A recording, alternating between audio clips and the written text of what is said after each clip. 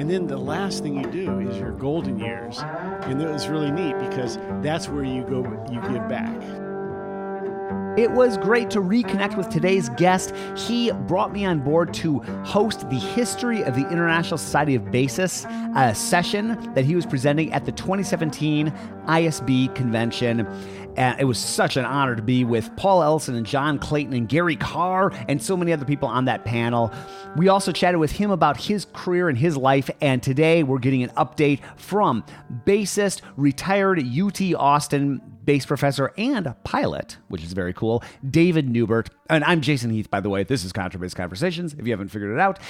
I'm so thrilled to bring you this chat, and we talk about technology, which is something near and dear to my heart. David and I actually ran into each other in the hallway at the Texas Music Educators Association, TMEA. I was doing a session. He was taking in various sessions, and online teaching has been his passion or what he's been ruminating about and presenting about recently, and the pros and cons. That's what today's episode is largely about. Really hope you enjoy it. I want to give a quick shout out here at the beginning to our sponsors, Upton Bass, the Bass Violin Shop, Modacity, D'Addario Strings, Steve Swan String Bass, Nkoda, that's spelled Nkoda, A440 Violin Shop, and Colstein Music. Thank you so much, and here we go with today's episode. David Neubert here at ISB 2019, and first I just want to say thank you so much for involving me in the 2017, I believe it was called The Making of the ISB. That's correct. Yeah, and you had me moderate that, I guess, or kind of guide people through that, and so I'm just so thankful for that. And then you and I had a chance to chat about your life and your career, and that was super fun. And then I've seen you since then. I saw you at the Texas Music Educators Association conference, TMEA, right, yeah. And we were both hanging out in the tech conference area, right. and now here we are at ISB 2019, and you did a session on technology-related things. So welcome, and maybe just tell us what you were digging into in your session. Sure. Well, what I was going to do is my session was called Online Teaching: The Pros and Cons. So it was more of a kind of a discussion with people. I wasn't trying to explain everything. About what's going on. I've done a little of it myself. Mainly we use Skype as the vehicle for teaching lessons. So it was kind of a shared experience. And I started out talking about how in 1995 at this school, we're at Indiana University. They at that convention, I introduced a product. I called it Bass Teacher on a Disc. Really? And it was a CD-ROM, and it was a little collection of short QuickTime videos, because that's all you could fit on a CD. You remember those were the days. This is pre-internet stuff. And all we had then was you could do emails. That was about it. But as far as online video, those things, it wasn't quite, the technology wasn't advanced enough. And so if you tried to do anything online, you might be able to send a video, but you couldn't actually carry on a conversation. We didn't have Skype. We didn't have all these other things that we have now. And so what has happened, it's kind of like, this has been 20 years. It's just really fascinating. And I've been kind of watching, kind of keeping up with what's going on. And it's kind of taken a full course. Now we're getting back into these instructional videos. Mm-hmm. And the first thing I noticed was that website, discoverdoublebass.com. And that was fantastic. Mm-hmm. I think it was George... Jeff Chalmers. Chalmers, and yes. Yes. And then Lauren Pierce. Yeah. And, I worked with Lauren down in Austin. I remember when she was trying to get into the symphony. Yep. The first thing you want to do as a bass player is definitely, if you're going to go for an orchestra in that town, go talk to the principal, find out, what the feel of the land is, so to speak, is. And so she did the right thing, and I think she did make the section, or at least the alternate. Yeah. And anyway, but that's a whole other story. That's my problem, is I do so much stuff. Now that I'm retired from teaching, I have all this time to do things, and so I'm being reflective. And it's Barry Green did a session, and he was talking about the cycle of life, and how we have when you're young, you're youth, you're learning, and then you get into your professional career, and you have to do advancement, win competitions, do all this stuff, make your mark, and then as you get older, you have a family or you get more involved, and then the last thing you do is your golden years, and it was really neat because that's where you give back. Yeah, it's like, hey, what are you going to do? You got all this stuff, you got all this knowledge. What are you going to do with it? Well, if you don't share it, what good is it? I mean, why were you doing what we're doing?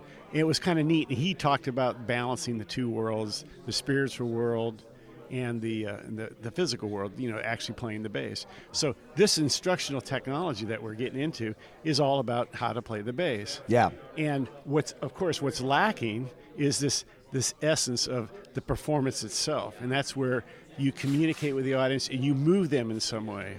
And this is kind of I'm seeing these things, and I'm trying to apply that because I've always been a technology nut. Yep. And I always dabble in the latest and greatest, like you said. Right. It was really interesting to watch the people do their performances using the iPad Pro. You're seeing more and more of that, aren't Yes. you? I was playing in some groups where it was all of us on iPads almost. And so, instead of remember that one guitar player that did the Arpeggione Sonata, and he had all these huge sheets, and he laid them out. He had 3 or 4 stands, and he'd just take the whole sheet for each movement because he didn't have time. He couldn't turn pages. That's right. So that's how he did it.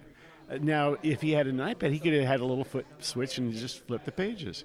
How cool. But then again, there's something about the physical aspect of it, to see all that music and what was going on. And the end result is you hear it, and it sounds flawless. You don't realize what's involved. So, but anyway, going back to the instructional technology. So I saw some of these videos, and they were just the way they were presented, and it was just so open. And especially watching Lauren and how she approached it, and Jeff how he did it to bring people in, and then they would focus on real specific things. I think David Allen Moore also did. Yeah. He on the German bow, exactly. He starts out and he has a demonstration. He's doing a barrage with the bow, raking across strings, things that you normally wouldn't do, those kind of techniques. But just to have the knowledge, well, yes, I can do that, and it's all about learning how to relax and play. Well, this is the thing with the instruction. Some people are visual learners, and they work really well seeing how you do this. Brian Powell, who's at the University of Miami, he came to my session, and we were talking, and he said he had a student once. They had all-state auditions, and the students usually work with a teacher. They learn the etudes, and they learn the repertoire, and then they audition to get into all-state. Well, this kid came in, got in, and then he said, well, who was your teacher? Who did you work? He goes, I didn't work with anybody. I just watched using YouTube videos. I just watched online. He's a visual learner. He figured this stuff out. And I mean, immediately, he said, well, hey, why don't you come study with me? And gave him a full scholarship, of course.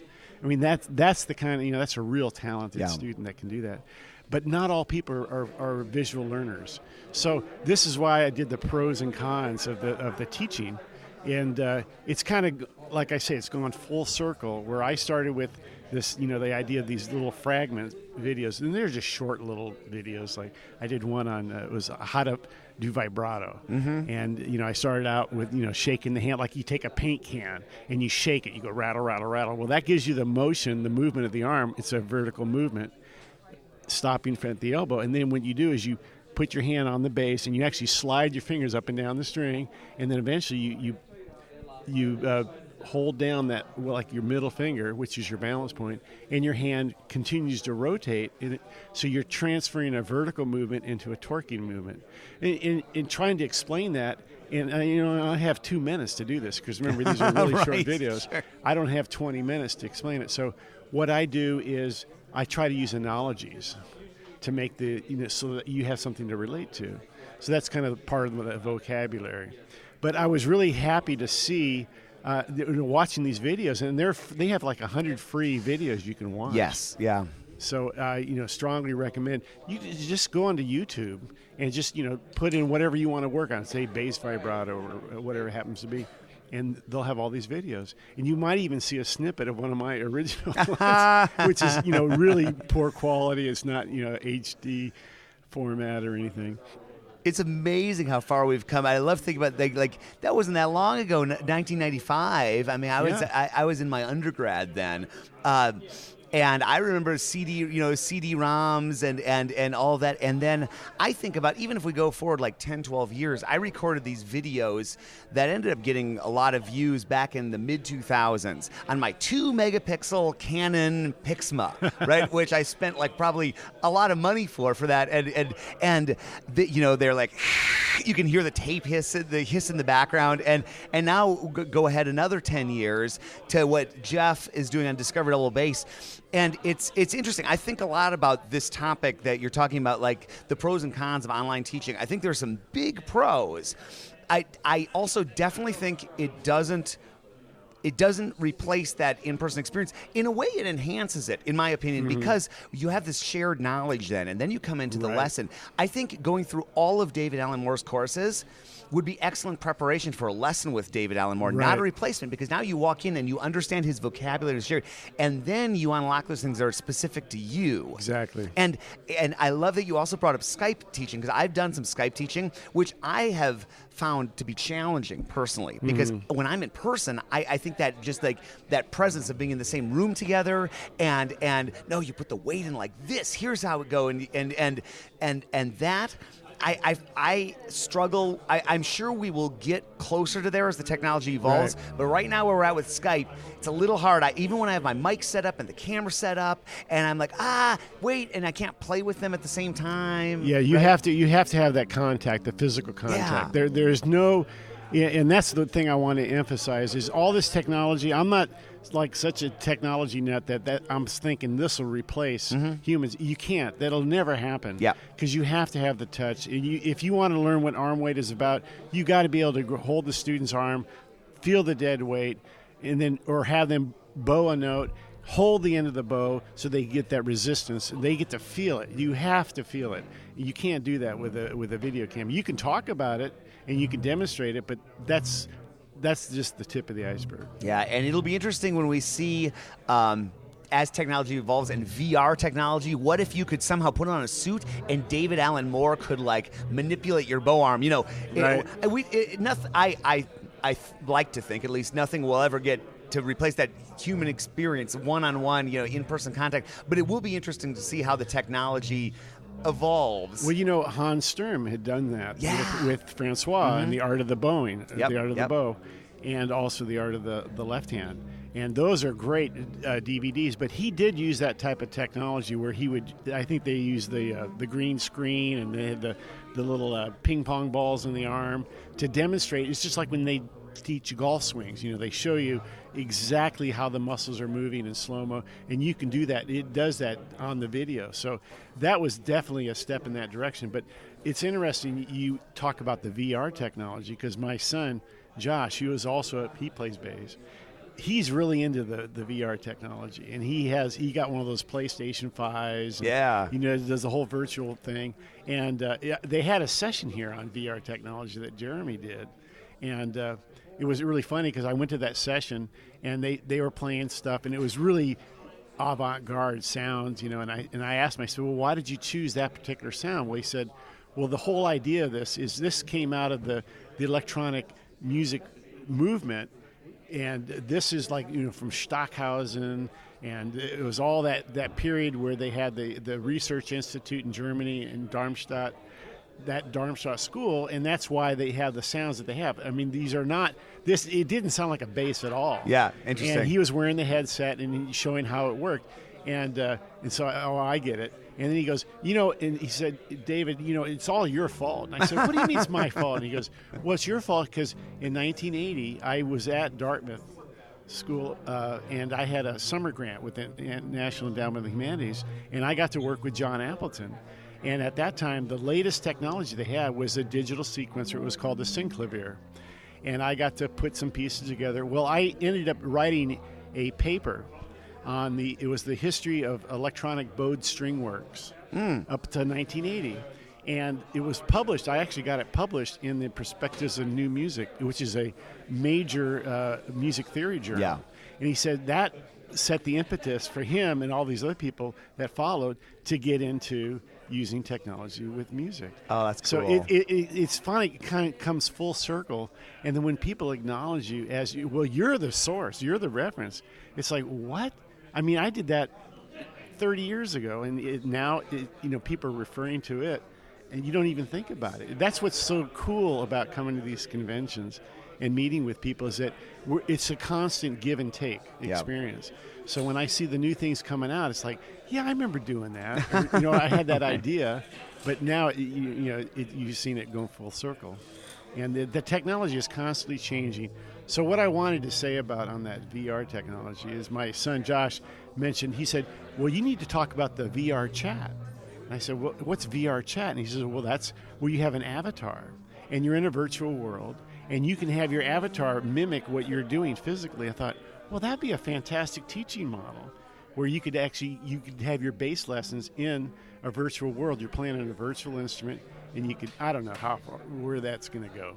But I'm forgetting, I can't remember who to attribute this quote to, but it's one of these future technology philosophers, but they said, the quote is, the future is here, it's just not evenly distributed. Yeah, So right. So it's really wild to be a part of it, and there are pros and cons for sure. Sure. But I'm a tech geek just like you, which is probably right. obvious. And I think about how much I've learned. Like, I taught electronic music for a few years. I learned it 100% from YouTube. That's it. Just watching things on YouTube. Yeah. And there's quality control, obviously, on YouTube. Like, I sort of shudder when a student types in Eccles, and they just, like, the first thing that comes up, they click, and then that's their reference. I would like to guide that a little more. I try to, but it's a. I think now about, I have this little iPhone in my pocket, this rectangle, and I can watch any performance. I can listen to any piece of music through Spotify or Apple Music or another service. I have all of my double bass library and my scores on my iPad that I can turn without having to spread out the pages like that. And it's an interesting times we live in, for sure. You know what they call the generation for the kids that are born after 2000 is Generation Z. Yep. And what's so ironic is that these kids, and I think I heard a song about this, where they have access to all this knowledge, all the entire knowledge of mankind is at their fingertips. What do they end up doing? Getting on and texting each other. Even if they're sitting right next to each other at a dinner table, they'll be texting each other back and forth. It's like, what? What happened to just one-on-one conversation? I know. It's so it's a double-edged sword. Technology, it kind of works both ways, and hopefully people will see the good ways to apply it. But I always tell people, this is just a tool. Yeah. It's like when I do lessons. I was at TCU last semester. I filled in for my student Wan Chang Lu, and he just got a promotion. So they asked me to be. He was on sabbatical, so I took over. And one of the things I'd like to do is do. I have a MIDI sequencer that is from Roland, and it's an old MT 200 or something, and you can make the sounds in the box. But I have a collection of all the concertos and sonatas, and I can program the tempos.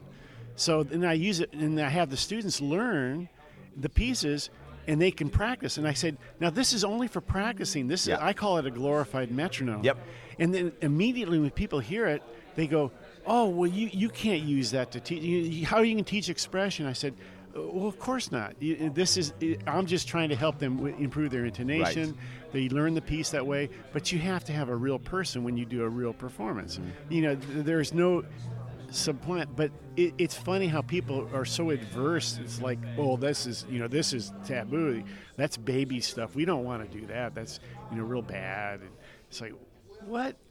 Well, and anybody who thinks that, like what they were talking about, all I would suggest is look at how athletes train and look at the amount of technology being used, watching back the playback, people analyzing, and breaking down everything. And so, we're using technology in these organic analog experiences of like playing double bass for people live or in an orchestra. The technology can be used incredibly powerfully. Right. Yeah. Right. David, it's such a pleasure to chat with you. Sure. And I want to do a round 2 and a round 3. I do want to let folks know, if they don't know, that David is probably the only person at this convention who flew here. And I mean, I flew here on commercial airliner, but you are a pilot. You flew yourself here, right? Yeah, and there was another pilot too, Chris. Really? He was from Richmond. He had a Cessna 301, I believe it was. But he's flying out today. Okay. And he came in, and we had our little pilot chat. I'll bet. It's a small world. I mean, it's just like with the bass. We're all a community. We're all part of the same thing. But when you talk to pilots, there's not as many pilots. I think in the United States, there's like 600,000 pilots. And out of that, so many are what we call IFR certified. That means you can fly when there's clouds. Like today, it's a little cloudy, so if you're not IFR certified, you can't go flying around. Wow. But you have to be careful with the weather, though. I'll bet. And I use that. By the way, I use an iPad, and I use that to navigate when I'm flying. There's a program called ForeFlight, and you can plan out all your. You can study the weather. You can file your flight plans with ATC. And I mean, it's just amazing. I did a session at Fort Collins. It was called Flying High with the double bass, and it was not that I take my bass with me. Right. It would be difficult to get it in the plane, but the point is, I was trying to use the analogies of when you learn an airplane how to fly. It's very similar to playing the bass. It's a skill you have to develop, and there's communications that are involved. So I always tell people at the thing, I said, get yourself a flight simulator, a Microsoft Flight Simulator, or they have one, the X-Plane for the Apple, and you can actually go flying in any kind of plane you want. You can do a jet, you can do a hang glider, whatever you want to use, and you can learn how to fly, and you can learn the attributes of that. But there's a lot to. Again, I think it would reinforce your bass playing. Not that everybody should do that, but I wouldn't go out and just get flying lessons for the sake of it. Unless you have deep pockets. Right. You don't want to go that way. Well, it's super cool, and it's a pleasure to chat with you, and we have so many shared interests, bass and tech and other things, so just great. Thanks for taking some time at this busy conference. And thank you, Jason, for all you've done, and helping the people and spread the word. You've been a real godsend to the organization. I can't wait to do it again. All right. All right.